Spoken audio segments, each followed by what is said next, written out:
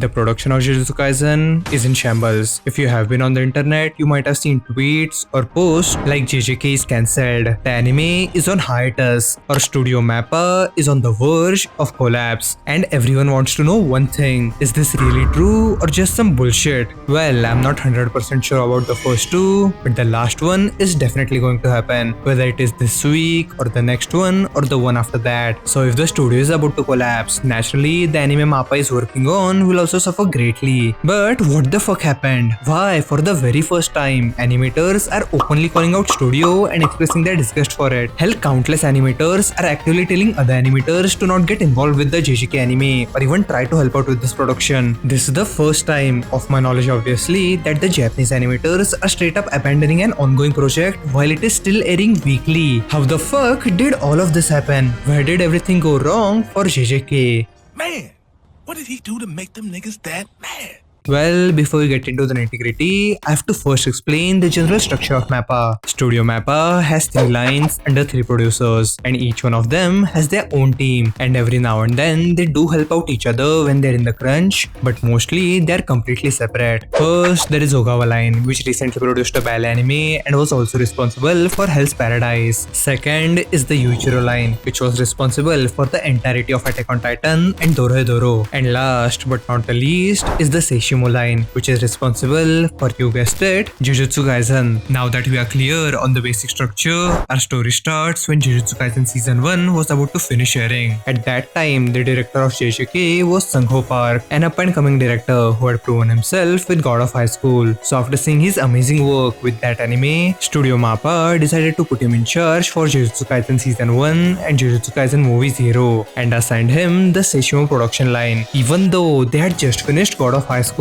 but still they somehow managed to squeeze through the time crunch and delivered on JJK. The animators of this production line are so fucking good. The Jujutsu Kaisen anime not only looked fucking spectacular, but it also set a new bar for not only Studio Mappa but also action anime in general. Fluid animation, smooth camera work, and amazing choreography which honored the OG martial arts. Due to all of these things, Sungho Park was quickly set apart from the rest. But the work was not finished. Jujutsu Kaisen Season 1 completed airing on March 27, 2021, and the Jujutsu Kaisen Movie 0 was set to air on December 24, 2021, almost in 9 months. So the team immediately, the second they finished working on JJK Season 1, started working on JJK Movie 0, which they once again barely squeezed through. But that was only because this was a movie, a 1 hour 45 minute movie at that. Since Jujutsu Kaisen is heavily action based anime and Sungho Park's vision requires, as I said, fluid animation, love for martial arts, and all these fucking amazing perspective shots. All these shots which I just showcased were animated by Sungho Park himself. He played a huge role in animating chunks of the action scenes. So when you take all this into consideration, the animators were glad that this was just a 1 hour 45 minute movie and not a single core anime season. Because a single core show, which is 12 to 13 episode anime season, takes almost a year to animate it if it is a normal, not so action heavy show, and it takes more than a year if the show is heavily focused on action, just like Jujutsu Kaisen. So after barely squeezing through and delivering on Jujutsu Kaisen, Seishimo line was exhausted. I mean, technically these guys have produced 2 shows back to back and a movie on top of that, so of course they are going to be done for the time being. So naturally, the overlord CEO of Studio Mappa will give them a breather until they return back to work on Jujutsu Kaisen Season 2, which has a lot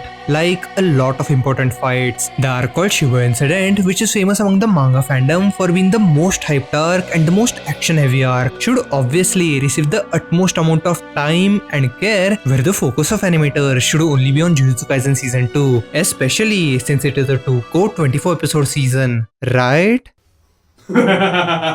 Oh, you are still here. Right.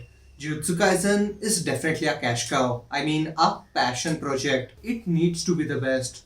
So, go take a break. But before you go, can you work on this small little known show and then take a long break? As long as you need. You mean after I do this small show, I can take a break? Not a shower break or a lunch break, but a 2-3 day break? Yeah. Just don't forget. Work on this and then make sure you come back for Jujutsu Kaisen, because it is a passion project. Of course, until I get back and work on JJK, but I can take a break? Yep. Yes! I can finally see my family. Oh, I can play all the games I want. Oh, last time I heard everyone was playing Among Us. I hope they're still playing it. Yeah. Oh, thank you. Thank you so much. Oh, one more thing. Before I go, can you tell me what is the anime? I know this is not a priority anime, but I gotta do my research, right? I need to at least make it presentable. Yeah, that's my top G. Oh, the anime? It's called Chainsaw Man.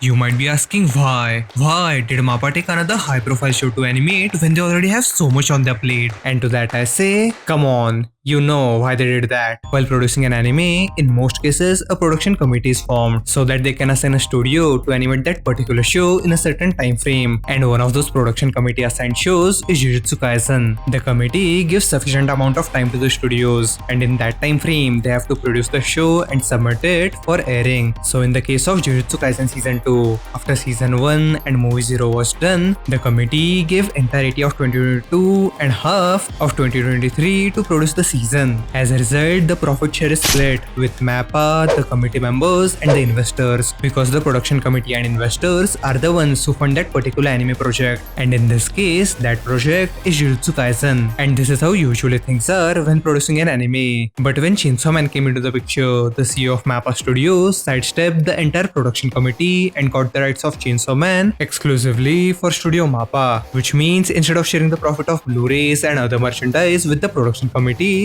all the profits which Mappa makes with Chainsaw Man will go to Mappa alone. Yes, it was all for money. Who would have guessed it? So imagine you just finished working on JJK movie around October or November 2021, and then once again you have to immediately start working on Chainsaw Man, which is set to air on October 2022. Oh, but remember what I told you about a normal anime production schedule. A normal anime production needs almost a year to look good, but Chainsaw Man was anything but normal. The director of Chainsaw Man, Ryu Nakayama, his vision needs constant character movement. Every single cut has this fluidity to it, but not just that, it also has manga accurate character designs, which is really fucking hard. The best way to explain this is to tell you who Ryu Nakayama is. He's the same dude who animated Nanami vs Todo and Yuji fight. Yup. Now imagine doing this to 13 episodes of Chainsaw Man anime, which is supposed to be the biggest, the most anticipated anime of all time, while still worrying about Jujutsu Kaisen Season 2, which is also supposed to top the currently airing Chainsaw Man anime. But hey, by the time we finish working on Chainsaw Man, everything must have been planned out by director Sango Park, right?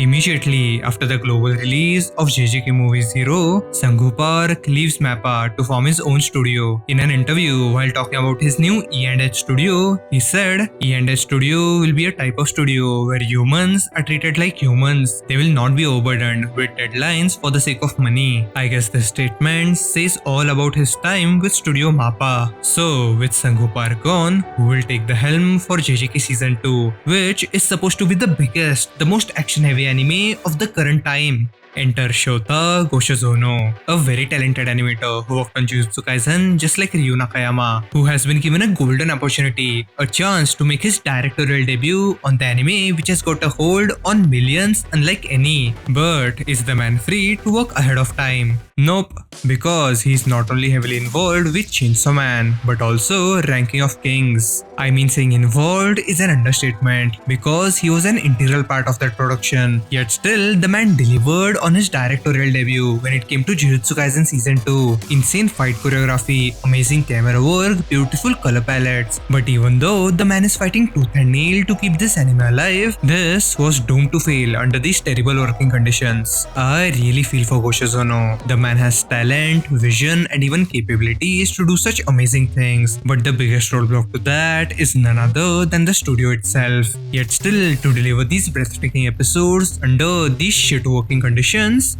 hats off, not only to Goshizono but to every single person who was working on this. So why am I making this video now? I don't know if you have heard it or not, but there is absolutely no work done after episodes 17 and 18. Hell, even episodes 17 and 18 were not fully realized or completed, and you can slowly spot the cracks. Like in the recent episode, Yuji's face when he's talking is completely missing. So now after constantly suffering from terrible working conditions and the studio forcing employees to sign an NDA so they don't speak out. The animators finally broke and they are refusing to work anymore. Almost every single animator is walking out on Mappa, refusing to go back until they get better working environment. And you know what? Good for them. But what I fear the most is when the gaslighting starts. I hope Gosho Zono is not the one who is made to take the fall, because him being the director. This right here is a well documented debacle, and the ones responsible for this are Studio Mappa execs and the CEO of Mappa alone. So if anyone is watching this video, do not be an asshole and blame Gosho Zono. And if Gosho Zono is made to take the fall, please stand by his side. Unlike in the past when anime industry was not affected by some outside of Japan viewers, but now in this day and age where animators are hired on Twitter, it really does matter. I guess what I want to say is thank you to all the animators who worked on this show. Unfortunately, I do not know most of you, but you have our utmost gratitude. And also, thanks for watching this video. Subscribe if you want to see more of me, or click over here and then make up your mind, or whatever. Bye.